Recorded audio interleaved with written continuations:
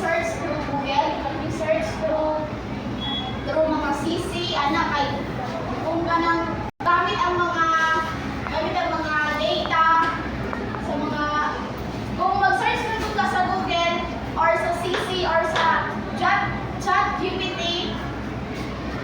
ChatGPT, makuha mo tayo